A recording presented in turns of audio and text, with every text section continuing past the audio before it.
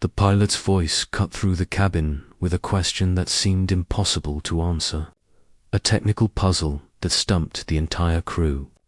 Yet a 16-year-old girl in seat 12B raised her hand without hesitation, and what she knew in that moment would save every single person on that plane. Before we dive in, what time are you listening? Where are you from? Drop a comment below and tell me. And please like and subscribe for more videos like this. Sarah Mitchell stared at the physics textbook in her lap, trying to focus on the chapter about aerodynamics and lift coefficients. The words blurred together as exhaustion pulled at her eyelids. She had been traveling for 18 hours straight, flying from a summer engineering camp in Germany back home to Chicago. The camp had been intense. 3 weeks of advanced mathematics and engineering principles taught by professors from universities across Europe. Sarah had been the youngest participant by 2 years, and one of only 3 girls in a program of 45 students. She rubbed her eyes and glanced out the window at the endless expanse of clouds below. The Atlantic Ocean stretched somewhere beneath that white blanket, vast and unknowable. This was the final leg of her journey, a 7-hour flight from London that would bring her home. Her parents would be waiting at the gate, probably with flowers and questions about everything she had learned. Sarah smiled, thinking about seeing them again, about sleeping in her own bed, about not having to prove herself to anyone for a while. The passenger beside her, an elderly man with kind eyes, had fallen asleep hours ago, his head tilted back and mouth slightly open. Across the aisle, a young mother struggled to keep her toddler entertained with coloring books and snacks. The cabin hummed with the white noise of engines and recycled air, that peculiar atmosphere of suspended time that exists only on long flights. Sarah tried to return to her textbook, but found herself watching the flight attendants instead, admiring their practiced efficiency as they moved through the cabin with drinks and meals. She must have dozed off eventually because she woke with a start when the plane hit turbulence. Not the gentle bumps that passengers barely notice, but a violent shudder that rattled the overhead compartments and made several people gasp. Sarah gripped her armrests, her heart suddenly racing. The seatbelt sign dinged on, glowing red above each row. A flight attendant's voice came over the intercom, calm and professional, asking everyone to return to their seats and fasten their seatbelts. Sarah noticed the attendants themselves moving quickly to their jump seats, their faces carefully neutral but their movements urgent. The turbulence continued, the plane dropping and rising in sickening swoops that made Sarah's stomach lurch. She heard a child crying somewhere behind her. The elderly man beside her woke up, looking confused and frightened. Sarah took slow, deep breaths, trying to remember what she had learned about aircraft stability, about how planes were designed to handle much worse than this. But knowing the engineering principles did not make the experience less terrifying. Her hands were sweating, leaving damp prints on the armrests. Then something changed. The turbulence stopped abruptly, but instead of relief, Sarah felt a new kind of tension filled the cabin. The plane's angle shifted slightly, a subtle tilt that most passengers probably did not notice, but that Sarah's engineering-trained mind registered immediately. They were descending, not the gradual descent of a normal landing approach, but something more urgent. She looked out the window and saw that the clouds were getting closer, thicker. They were losing altitude faster than they should be. The intercom crackled, and the captain's voice filled the cabin. But this was not the smooth, reassuring tone that pilots usually used. This voice was tight, controlled, carrying an undercurrent of stress that made everyone instantly alert. The captain said they were experiencing a technical issue with one of the aircraft's hydraulic systems. He said they were working to resolve it.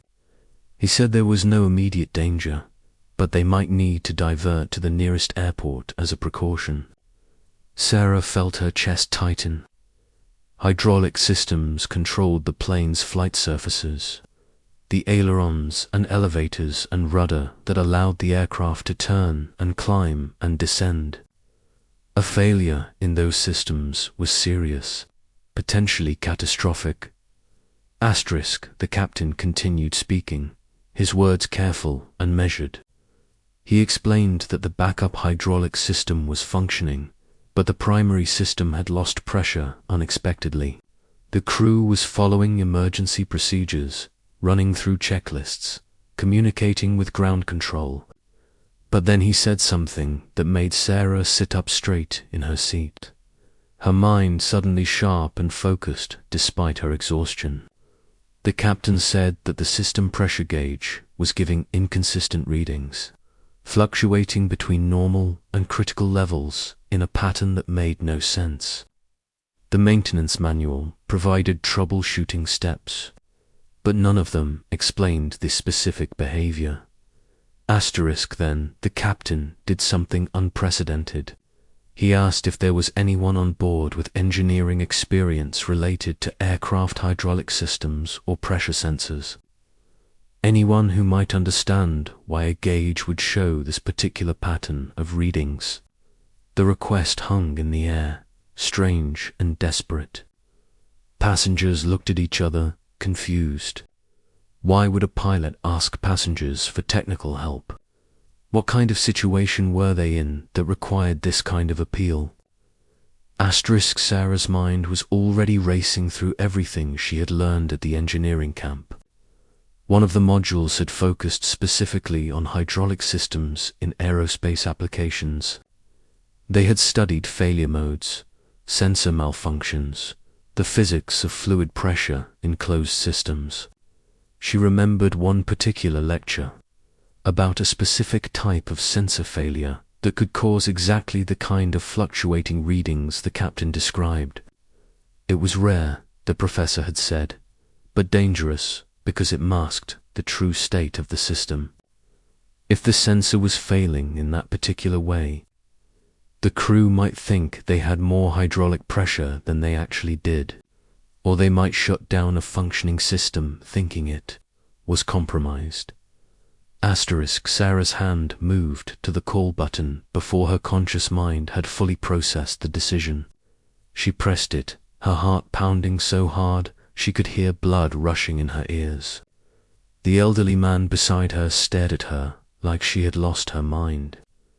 The mother across the aisle shook her head slightly, as if to say that Sarah should not get involved, should not make things worse.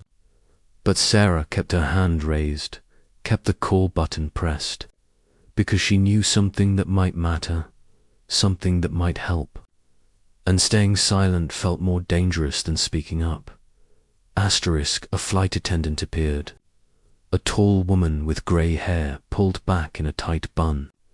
Her expression was strained, professional, but barely holding back obvious stress. She asked Sarah what she needed, her tone suggesting this was really not the time for passenger requests. Sarah spoke quickly, quietly, explaining about the engineering camp, about the hydraulic systems module, about the specific sensor failure mode that could cause fluctuating pressure readings. The flight attendant's expression changed from annoyance to sharp attention. She told Sarah to wait, then hurried toward the front of the plane, her movements quick and purposeful. Asterisk, minutes passed. Sarah could feel every eye in the surrounding rows on her. Some passengers looked hopeful, others skeptical, most just confused and frightened. The plane continued its descent, the angle steeper now, more urgent. Sarah looked out the window and saw they were dropping through clouds, grey mist streaming past. Her physics textbook lay forgotten on her lap. Suddenly irrelevant, compared to the real-world application of everything she had been studying. The cockpit door opened. A man emerged, wearing the four-stripe epaulets of a captain. He was younger than Sarah expected, maybe in his early 40s, with short dark hair and sharp, intelligent eyes that swept the cabin before focusing on her. He walked down the aisle with quick, economical movements, ignoring the stares of other passengers. When he reached Sarah's row, he crouched down beside her seat, bringing his face level with hers. He asked her to tell him exactly what she had told the flight attendant, to explain her reasoning, to describe the failure mode she was thinking of. Sarah took a deep breath and launched into the explanation. She described how certain types of pressure sensors used a diaphragm and strain gauge system to measure hydraulic fluid pressure. She explained that if the diaphragm developed a small crack or tear, it could allow air to enter the measurement chamber, causing the readings to fluctuate as air bubbles moved through the fluid. The gauge would show drops in pressure whenever a bubble passed the sensor, then return to normal readings, creating exactly the kind of inconsistent pattern the captain had described. But the actual hydraulic pressure might be fine, or it might be genuinely low. The sensor failure made it impossible to know which was true without additional information. The captain listened without interrupting, his eyes never leaving Sarah's face. When she finished, he asked her age. 16, she told him. He asked where she had learnt this. She explained about the engineering camp, about the professor who had spent 2 hours lecturing on hydraulic system failure modes, because he had said understanding failure was more important than understanding normal operation. The captain nodded slowly, processing this information. She provided, it was surreal, impossible, and yet completely real. The captain escorted Sarah back to her seat. As they walked through the cabin, he spoke briefly over the intercom, his voice restored to its usual calm authority. He told the passengers that the technical issue had been resolved, that they would continue to Chicago without diversion, that everything was under control. He did not mention Sarah, did not explain what had happened, but passengers in the nearby rows had seen her go to the cockpit, had seen her return. They stared at her with curiosity, with questions in their eyes, but Sarah just smiled weakly and settled back into her seat. The elderly man beside her leaned over and asked, quietly, what had happened up there. Sarah tried to explain in simple terms about the sensor failure and the hydraulic system, but words felt inadequate. How could she convey the intensity of those minutes in the cockpit, the weight of responsibility, the fear and excitement, an overwhelming sense of being in exactly the right place, at exactly the right moment, with exactly the right knowledge?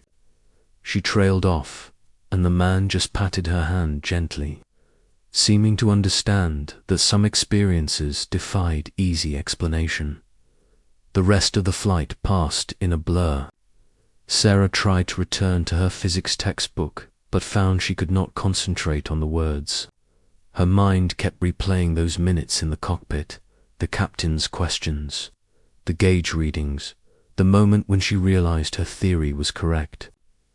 She thought about the professor in Germany who had insisted they learn about failure modes, who had said that understanding what goes wrong was the most important skill an engineer could develop. She thought about how close this plane had come to an emergency landing, how different the outcome might have been if she had not spoken up. When they finally landed in Chicago, the touchdown was smooth and gentle. As the plane taxied to the gate, the captain's voice came over the intercom one last time. He thanked the passengers for their patience during the earlier technical issue. Then he said something that made Sarah's heart skip.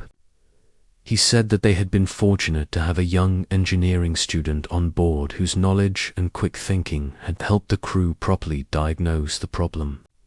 He did not use her name, but everyone in the surrounding rows turned to look at her, and Sarah felt her face flush hot with embarrassment and pride.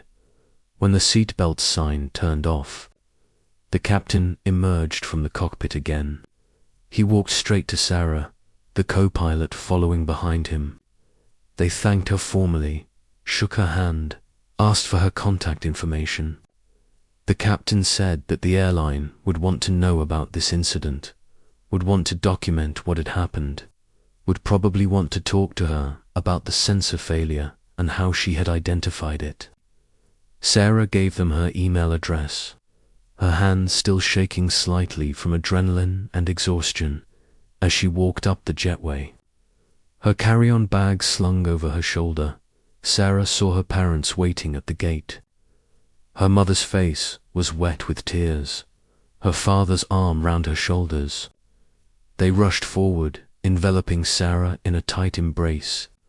They had been tracking the flight online, had seen it divert its course slightly, had received an automated message about a technical delay.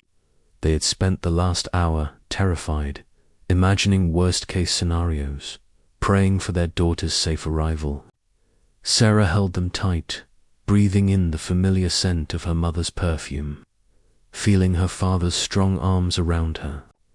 She was home, she was safe, and she had a story to tell that no one would quite believe. The incident made news within days.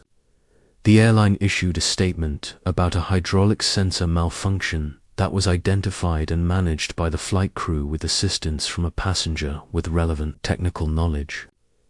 Aviation safety investigators reviewed the incident, examined the failed sensor, confirmed that Sarah's diagnosis had been correct. The sensor's diaphragm had indeed developed a small tear, allowing air contamination that caused the fluctuating readings. The investigators noted that the crew's decision to consult a passenger with specialized knowledge had been unconventional but ultimately appropriate given the circumstances. Sarah received letters from the airline, from the pilots' union, from aviation safety organizations.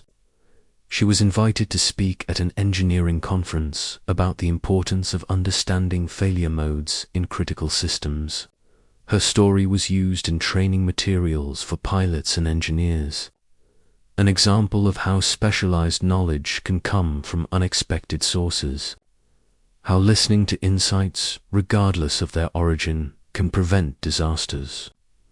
The professor in Germany who had taught that hydraulic systems module sent her a congratulatory email, saying he was proud that his teaching had proven valuable in such a dramatic, real-world application. But for Sarah, the most important outcome was internal, a shift in how she saw herself and her place in the world. She had always loved engineering, loved the logic and precision of it, loved how mathematics could describe and predict physical reality, but it had been abstract, theoretical, something she did because she found it interesting and challenging.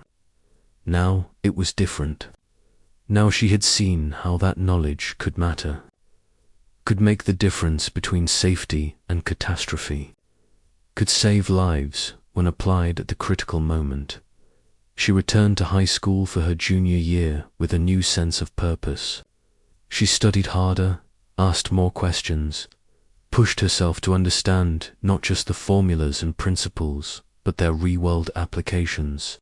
She joined the robotics team, started tutoring younger students in math and science, applied to summer internships at aerospace companies. When people asked about her career goals, she no longer hesitated or shrugged. She said she wanted to work on aircraft safety systems, wanted to help design the sensors and fail-safes that kept passengers safe, wanted to be part of the engineering teams that solved problems before they became emergencies. Years later, When Sarah did become an aerospace engineer working for a major aircraft manufacturer, she kept a photo on her desk. It showed her standing in front of a commercial airliner, shaking hands with Captain Mitchell, the pilot from Flight 8 to 7. The airline had arranged a reunion, bringing together Sarah, the flight crew, and several of the passengers from that flight for a ceremony honoring the successful handling of the emergency. In the photo, Sarah is smiling, young and confident, standing on the tarmac beside the type of aircraft she would spend her career working to improve, but the photo captured only a moment. It could not capture the feeling of sitting in that cockpit, watching those gauge readings, knowing that her next words might determine the fate of 200 people. It could not capture the weight of responsibility she had felt, the fear and excitement and overwhelming sense of purpose. Those feelings stayed with Sarah always, driving her work, reminding her why engineering mattered, why understanding systems and failures and solutions was not just intellectually interesting but morally necessary. The teenager who answered the pilot's question became an engineer who asked better questions. She built her career around a simple principle that she learned at 16, 30,000 feet above the Atlantic Ocean. Knowledge is only valuable when shared. Expertise means nothing if you keep it silent. And sometimes the most important thing you can do is raise your hand when everyone else stays quiet. That lesson, learned in a moment of crisis, shaped everything that came after. So if you like this video, please like and subscribe for more videos like this.